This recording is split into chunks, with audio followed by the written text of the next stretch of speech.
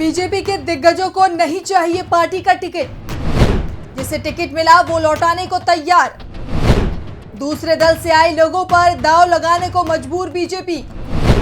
195 सीटों पर उम्मीदवारों का ऐलान कर मुश्किल में फंस गई बीजेपी मुश्किल में घिरी हुई है और जब पार्टी ने 195 उम्मीदवारों की सूची जारी की तो ये मुश्किलें और ज्यादा बढ़ गई हैं।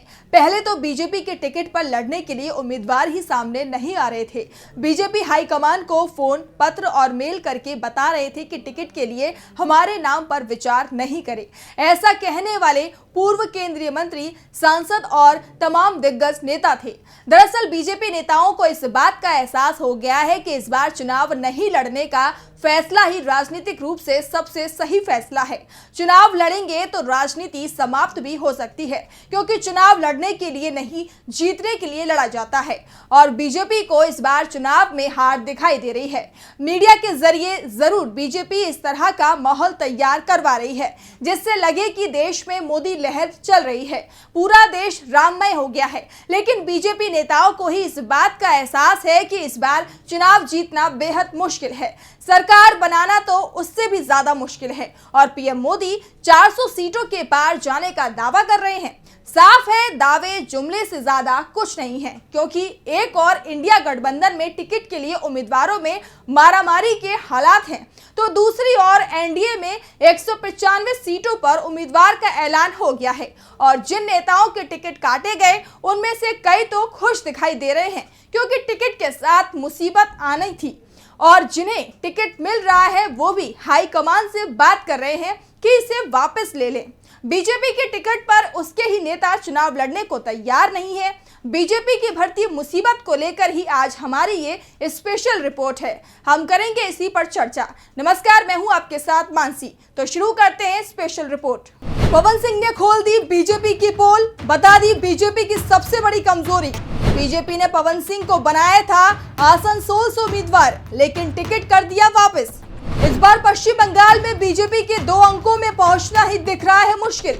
बीजेपी ने टिकट तो दिया, लेकिन उम्मीदवारों को पीएम मोदी भी नहीं दे पा रहे हैं जीत की गारंटी। बीजेपी की ओर से मोदी की गारंटी का प्रचार जोर शोर से किया जा रहा है, लेकिन ये प्रचार जनता के मन में नहीं उतर रहा है। जनता के बीच तो नाराजगी बढ़ती जा रही है, इसीलिए बीजेपी लगातार नए नए मुद्दे सामने ला रही है, लेकिन इस बार उसका कोई दांव काम करता नहीं दिख रहा है। पार्टी को निश्चित हार दिखाई दे रही है। इसका पहला एहसास तो सहयोगियों के आगे बीजेपी हाईकमान के नर्म पड़ते तेवरों ने ही बता दिया है और रही सही कसर पार्टी के नेता ही अब उसे आंख दिखा रहे हैं। गौतम गंभीर और जयंत सिन्हा ने हाईकमान से साफ कह दिया है कि हमें टिकट मत देना। तो भोजपुरी एक्टर पवन सिंह को तो भरोसा ही नहीं था कि पार्टी टिकट दे देगी और जब बीजेपी ने उन्हें आसनसोल से टिकट दिया तो वो खुद हैरान रह गया।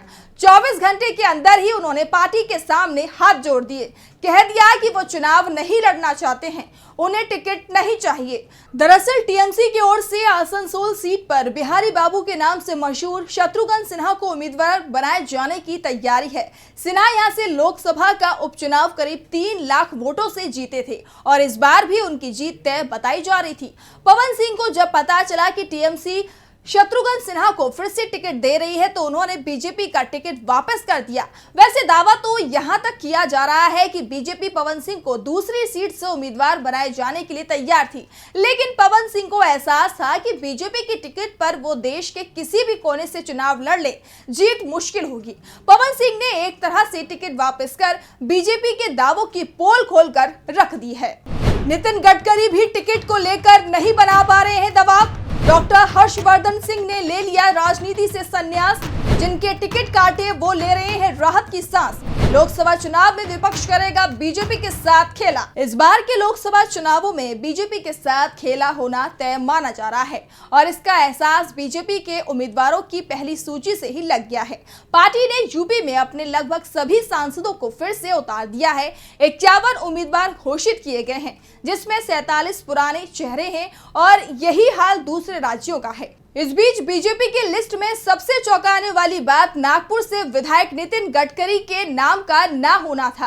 गडकरी को बीजेपी में टिकट नहीं दिया है।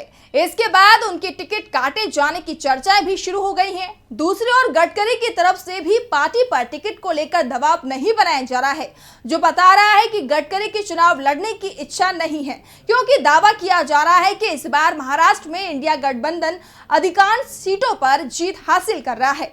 नागपुर में भले ही संघ का मुख्यालय हो, लेकिन यहां पर कांग्रेस लगातार चुनाव जीतती रही है, इसीलिए गडकरी को हार का डर लग रहा है और ये डर जनता के बीच मोदी सरकार के खिलाफ बढ़ते गुस्से के चलते दिखाई दे रहा है। तो दूसरी तरफ पूर्व केंद्रीय मंत्री डॉक्टर हर्षवर्धन सिंह ने राजनीति से संन्यास ले लिया है। डॉक्टर हर्षवर्धन सिंह ने दिल्ली की चांदनी चौक सीट से सांसद हैं और जब बीजेपी ने उन्हें टिकट नहीं दिया तो उन्होंने राजनीति छोड़ने का ऐलान कर दिया। एक तरफ तो बीजेपी के अंदर घबराहट दिखाई दे रही है, तो महागठबंधन का जोश हाई दिखाई दे रहा है। बीजेपी के 195 उम्मीदवारों की लिस्ट में दल बदलुओं की भरमार है। कांग्रेस और दूसरी पार्टियों से आए नेताओं को जमकर टिकट दिए गए हैं। बीजेपी की लिस्ट देखकर इंडिया गठबंधन को ही खुशी दिख रही है।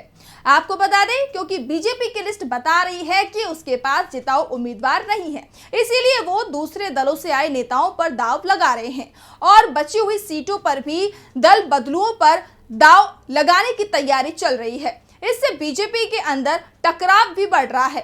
दक्षिण दिल्ली से बीजेपी सांसद रमेश बिधूड़ी का टिकट कट गया है और ये टिकट कांग्रेस से बीजेपी में आए रामवीर सिंह बिधूड़ी को मिला है। अब रमेश अपनी ही पार्टी पर निशाना साधते हुए कह रहे हैं कि घर में मेहमान आया है, उसे नई चादर दे दी है। घर के लोगों को पुरानी चादर पर सोने को कहा जा रहा है। बीजेपी के अंदर से टकराव की आती आवाजें बता रही हैं कि लोकसभा चुनाव उसके लिए बहुत मुश्किल होने वाला है। बीजेपी के अंदर मची भगदड़ की स्थिति और बढ़ते टकराव के चलते हाईकमान भी परेशान दिखाई दे रहा है। जिन्हें टिकट दिया है उन पर ही नजर रखी जा रही है।